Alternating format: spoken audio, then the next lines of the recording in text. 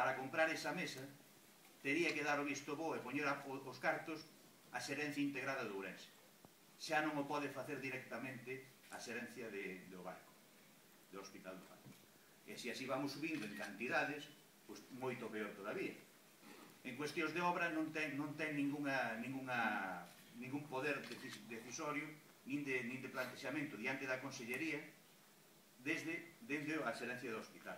Esas obras, posibles obras que se puderan facer no hospital ou en calquer centro de salud, tendría que ir primeiro a Ourense, aprobalo no Ourense e de Ourense ir a Santiago. Cuando antes íbamos directamente a Santiago e os cartos viñan de Ourense ao Barco, perdón, de Santiago ao Barco. Non como agora que van ir Santiago a Ourense, que é quen ten o presuposto, e de Ourense decidirán, o xerente de recursos económicos, que manexa os cartos, para entendernos, será o que decidirá onde vai cada partida presupuestaria. Se vai ao complejo hospitalario de Ourense, se vai ao hospital de Verín, se vai ao hospital do Barco e que partes van aos centros de saúde. É dicir, o poder de interlocución que se tiña ca Consellería, de falar directamente ca Consellería, pérdese por completo.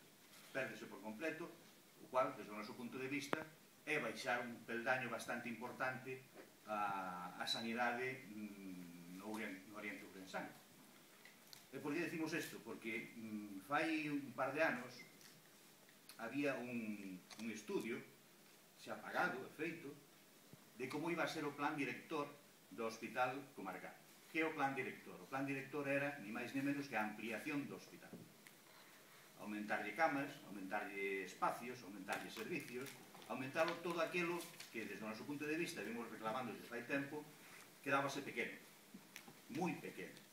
Hai poucas camas, os servicios son pequenos, hai servicios de unha sola persona, que deberían ir medrando, conforme a demanda dos propios usuarios. Isto meteuse nun caixón e olvidouse por completo. E deixouse por completo fora de xogo. O cual quere dicir que o Hospital do Barco non ten nun horizonte nin cercano, nin medio cercano, ninguna obra importante a realizar.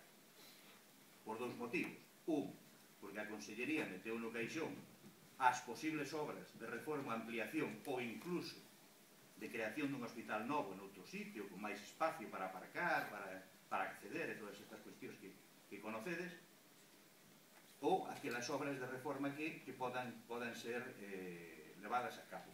E dos, porque dende a xerencia do hospital pérdese o poder de negociar directamente con Santiago, ca Consellería. E vai a